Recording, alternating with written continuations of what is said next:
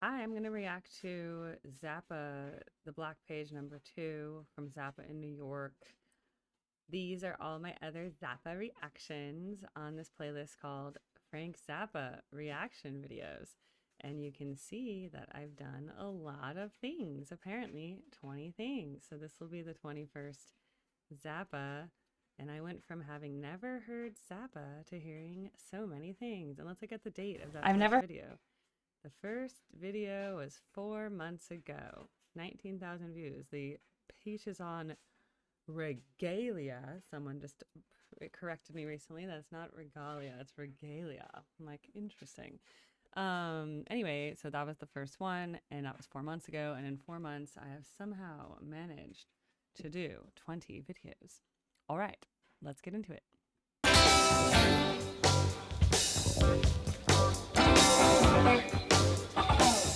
All right, now watch this.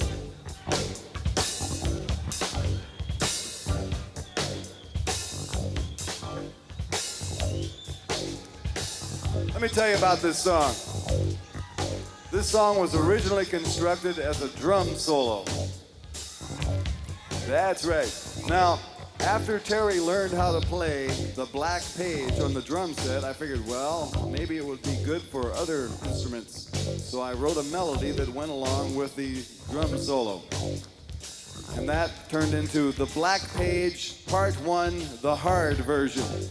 Then I said, well, what about the other people in the world who might enjoy the melody of the Black Page but couldn't really approach its statistical density in its basic form?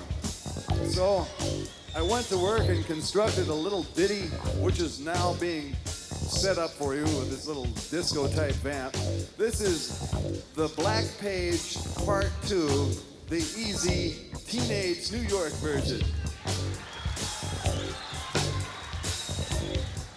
Get down with your bad self, so to speak, to the Black Page Part 2.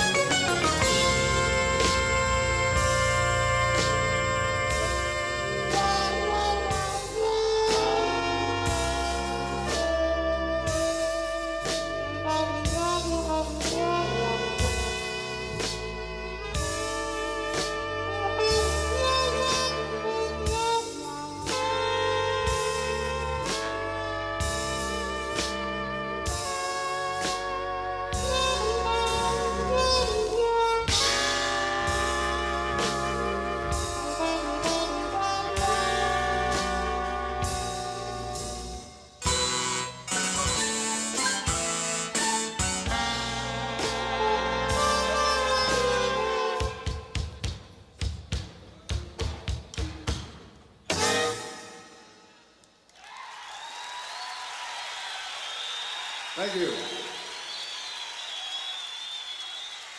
That was so good. Yeah, I'd heard that melody before, and then I was like, wait a minute, I did this. Hello. But what was this? I- This one was. I'm getting educated.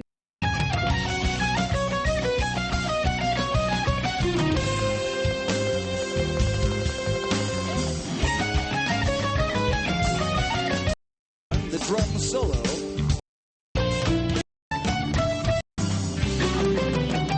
Like toxic people. Maybe that was mainly the Black Page 1? Maybe that's.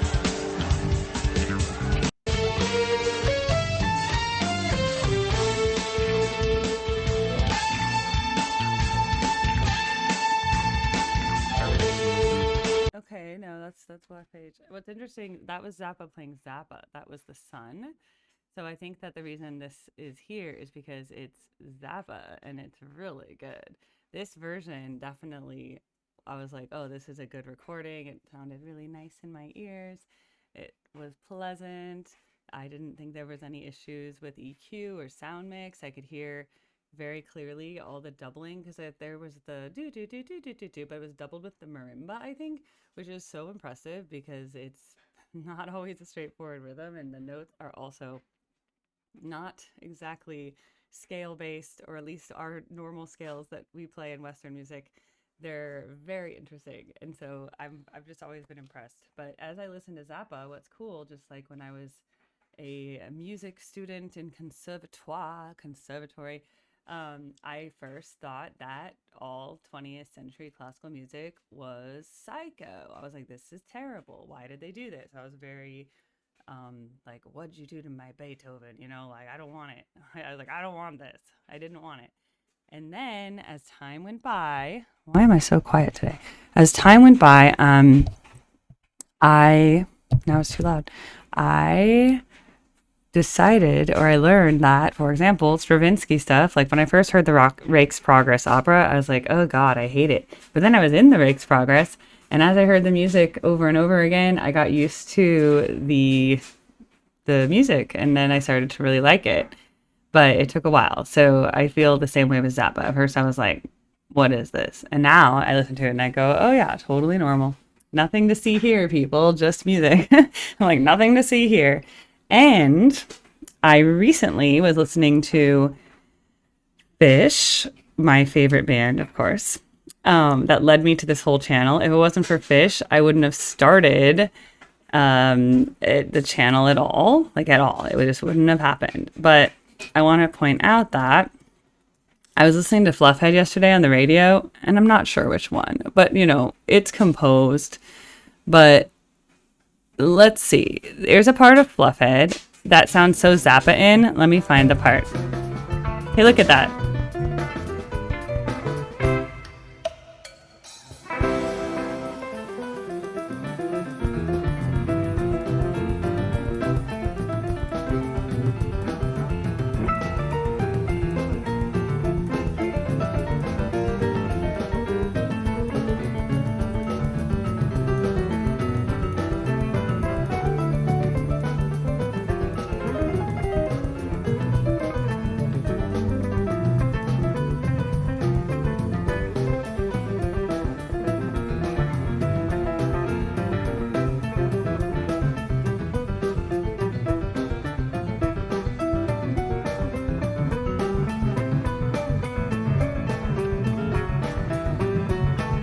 Anyway, so Fluffhead came on. Fluffhead's composed, so there's not really like a improvisational jam. That's just every time it's the same.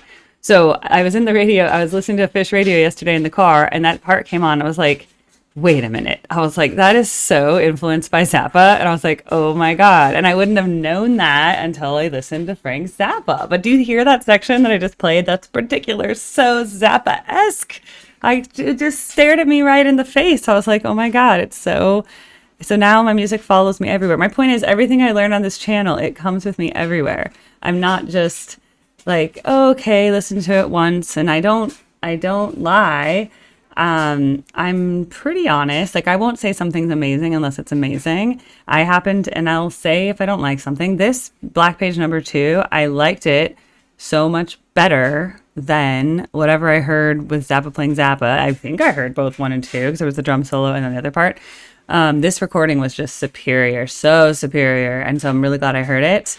And then also, like I've said before, for me, it takes about 3 listens to really love something. The first listen, I'm always just taking it in because it's a lot of stimulus for my brain and I'm memorizing it. I can't explain this to you. But trying to explain this to you. My brain likes to know what's happening next in music. And so when I hear something new for the first time, it's so, especially Zappa is so unpredictable. I don't know. And so then I'm like, it stresses me out a little bit because I'm overly memorizing. But then when it's the second time, I'm like, oh yeah, I remember this part. And then by the third time, I'm actually able to remember what's going to happen as it's happening. And it is very cool. So then I'm just like, oh, yeah, I know this song. Da da da da da da da da da. Yeah, okay, that's going to go to this section. Da da da da da da da da da. Like in Fluffhead, there's all these little sections. By the way, if you haven't heard Fluffhead and you are a Zappa fan, let me show you. This is Fluffhead. I mean, there's hundreds of recordings of Fluffhead, right? Because Phish has been touring for many, many years, but this one was particularly from 1994, Columbus, Ohio, October 6th. So I think it's a good recording, but there's plenty of good Fluffhead recordings. I just heard one live at the Hampton Coliseum, September of 2025. And I forget, I think we had a Fluffhead in New York City when I was there for Madison Square Garden, and I'm definitely going to get a Fluffhead in Las Vegas for the Sphere when Phish performs there. So if you like Zappa, you should hear this. But there's some Phish songs that are not anything to do with Zappa at all. So if you just want to listen to the Zappa-inspired ones, I'm sure there's forums, because Phish fans love forums. I'm sure there's tons of forums about which ones are very Zappa-inspired. And I just heard it so clearly in this one. I was like, oh, okay, someone was listening to Zappa and they wrote this. So awesome. Okay. Really, really cool stuff. And that's what I thought of when I heard this today. So thank you so much. This was fun. This has been a benefactor request I have my real fans now. So the people who, this is by Steve. So basically people who are my diehard benefactor dudes, and I have a woman, by the way, they are very happy to just send me a lot of requests, and I really appreciate it because it's been keeping my channel going, and it's allowed me not to sell out. Because if I was just going to be, okay, Erica, you got 6 months to get to 100,000 subscribers, I'd be doing a very different strategy. I'd be just reacting to the big ones that get pushed out to the mainstream, that everybody likes, that everyone's going to be like, ooh, cool, let me subscribe to her, right? But I'm not doing that. And instead, by having this tip system, I get to curate a very interesting list. So I like that. And it's okay. Like, I think in the long run, I'll grow slower. Just grow slower. But we get to do much cooler things. And the people who have found my channel have now realized, oh, Erica actually reacts to interesting things that maybe I haven't heard of, or I glossed over earlier in life, and now I'm giving it a second listen. And then people are like, wow, I've never heard this before. Thanks for sharing. And there's like a little community of music lovers. So I think I've attracted like the cool music people who have really good taste. Okay. So that's what my channel is all about. It's about really good taste and very good audiophileness. In that I loved this recording. My brain was like, good EQ, okay? And I have to admit, when I did my own album, I did it really quickly and I did not get any professional help, and my EQ is not good. But that's okay. I plan on remixing one day, and writing new songs too. But every song I did, I learned a little more about EQ, but it's really complicated. And one of my students in high school who's like a recording genius, he's like really good at that. Like he's like, oh, you have to like pan it. And then we talk about how like they can just have things. There's so much panning you can do with the surround sound and how it goes from side to side, and it's complicated. And EQ is like where you boost different frequencies, and there's this whole spectrum. Like in the recording software, there's 2000 hertz. There's all these like very high harmonic spectrums that we don't even know that we're hearing, but we're talking like 10,000 to 20,000 hertz range. For context, on the piano, we're only talking up to like 1200 hertz maybe. When we're playing like high notes on the piano, we're up there. We're like 1200, 1500 hertz. We're at like A440 is just 440 hertz. Okay, we're not talking that crazy here. We're talking like 1600 hertz. But when we're dealing with recording, because there's so many overtones in music that are created from the other tones, these are like super high frequencies that are created that we're hearing all the time and we don't even realize because, and like for example, low notes on the piano are like 55 hertz, 40 hertz. Like they're not that, see what I'm saying? The range versus these really high ones. And so then if that's not mixed right, our ears are just like, okay, but that's what the professionals do. That's what AI tries to do, but whatever. I'd rather give someone a job. And besides, AI is just copying what other people have done. So whatever. You can, whatever. Anyway, let's go on. I will see you guys in the next video. Please subscribe if this was your first seeing of me. And yeah, we will continue with our amazing requests every day. Okay, bye.